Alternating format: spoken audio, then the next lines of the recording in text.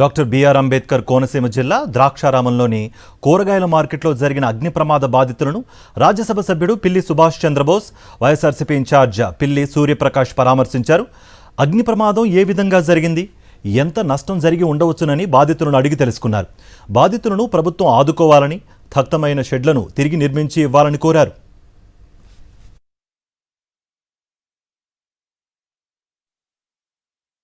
మరి అంతమంది ఆధారపడినటువంటి మార్కెట్లో ఉన్నటువంటి వీటినందరినీ కూడా ఆదుకోవాల్సిన పరిస్థితి ఉంది.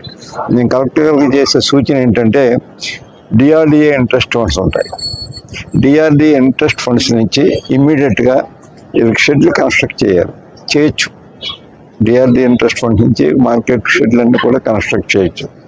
అది కాకుండా అగ్రికల్చర్ బేస్డ్ ఇవన్నీ కూడా ఈ చుట్టుపక్కల ఉన్నటువంటి వ్యవసాయదారులందరూ కూడా వారి యొక్క కూరగాయల పండించి అన్నీ కూడా ఇక్కడికి వస్తాయి. అగ్రికల్చర్ బేస్డ్ కాబట్టి ఇది అగ్రికల్చరల్ మార్కెట్ కంపెనీ నుంచి కూడా కరెక్ట్గా అనుమతి ఇవ్వచ్చు. స్పెషల్ ఫండ్స్ ఏమన్నా కూడా డైవర్ట్ చేస్తున్నది ఇంకవచ్చు, ఇబ్బంది ఏం లేదు.